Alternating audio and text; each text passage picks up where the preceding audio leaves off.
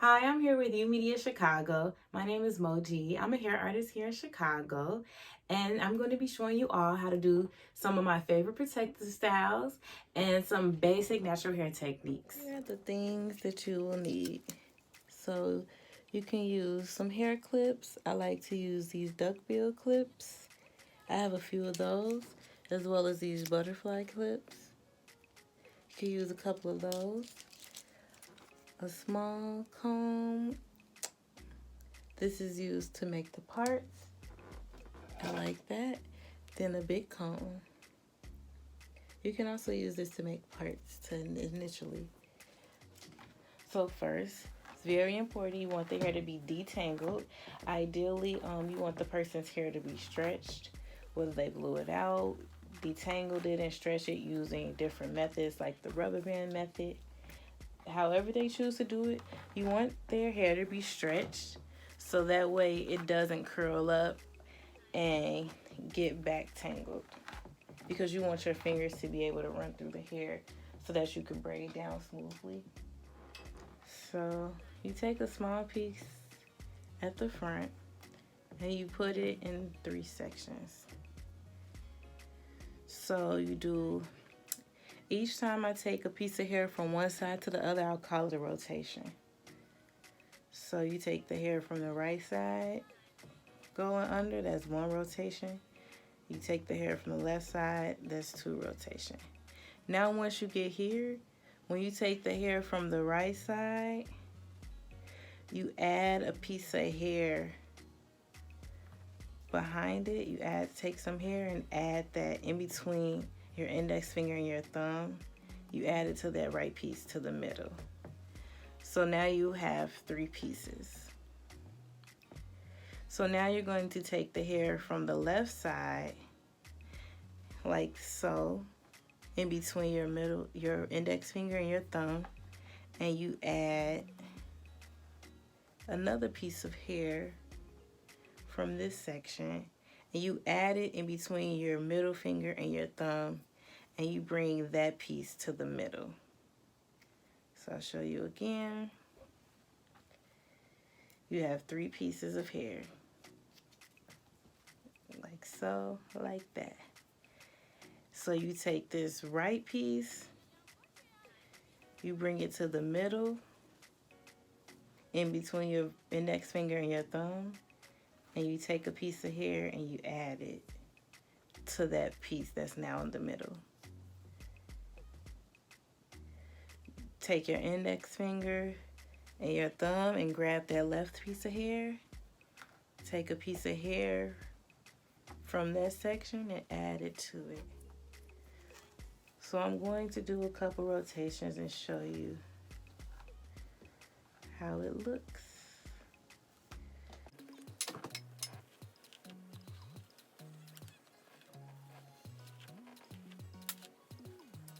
And you want to keep repeating that until you get all the way to the end of your section that you parted out for the cornrow.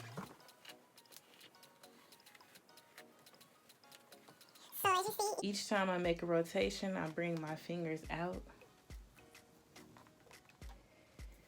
to keep the hair detangled. That's why it's so important for your client's hair to be detangled.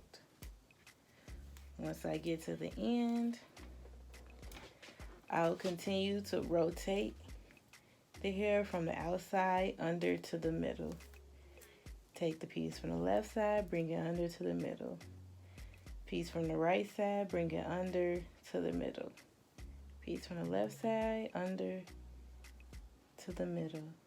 Right side to the middle, left side to the middle. Right side to the middle, left side to the middle. And you'll keep repeating that until you get to the end.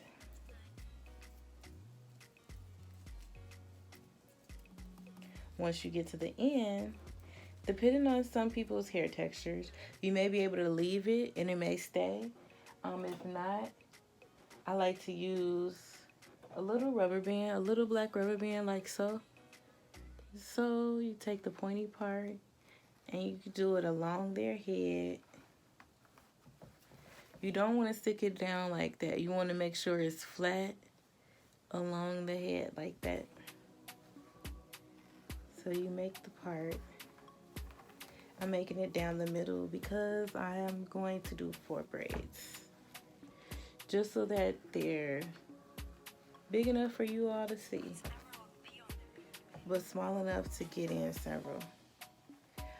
I like to keep my braids symmetrical, so if I'm doing 4 braids, I want all 4 braids to pretty much be the same size.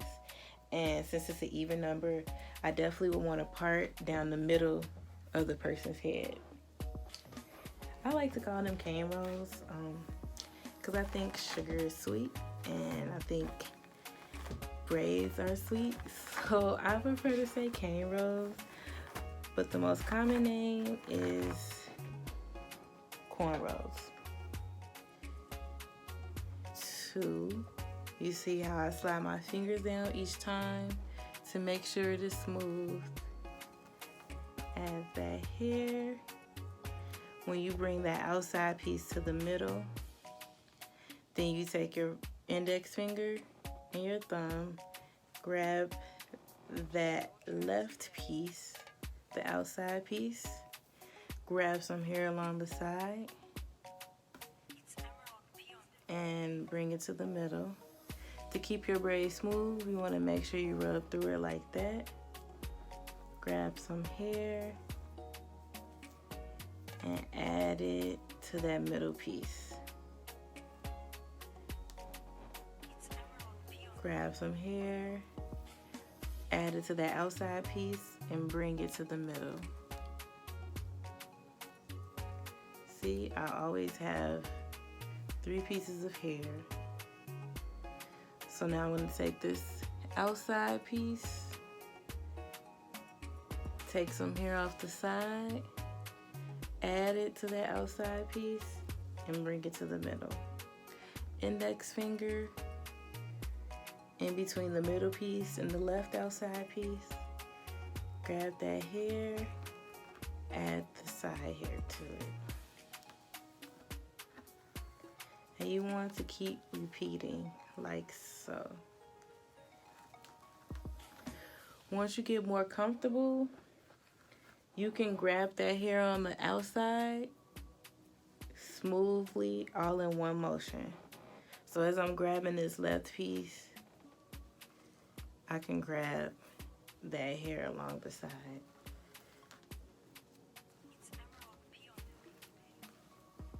Depending on the size of the braids, that makes it easier or harder to grab the hair along the sides. And if you ever mess up, feel free to always take it down and start over. That's one thing about me as a hairstylist. I am very much a perfectionist. If I do not like a braid, I will restart it. If I don't like a part, I will do it over and over till I get it right. She is all cornrowed and ready to go. I'm going to show you all how to put beads on the end. To put beads on the end, I like to use a beater like that, and you take your beads and you slide them on like that. Okay, it's kind of hard to see. Let's see. You take your beads and then you slide them on like that. When you put the beads on, you want to make sure you have the beads stopped right where the hole is still open. So you see, the beads stop right here, and this is as many beads as you can put on that one. Then I like to use little black rubber bands for the ends. You take the hair, you put it through the hole like that. Then you fold that up and you slide the beads up. Once you do that, you take the rubber band and you fold the tip of the hair over the last bead. And you put a rubber band on it. Like that, and there you have it. We have beads. Here is the finished look. She is straight back cornrows, cane rows. Switching gears, here is a time lapse of some cornrows I did. They're very small, straight back with the extensions added, just so you all can see how they actually do look like rows of corn or rows of crops. Thank you all so much for watching. I really hope that everybody was able to learn something. Watch this as many times as it takes. Stop it, pause it, speed it up, rewind, do whatever you need to do to figure it out and to learn how to cornrow. And sometimes it is definitely going to be hard at first, but just know if you're doing your own hair, it's going to be way harder than doing someone else's hair. So keep that in mind as you're practicing.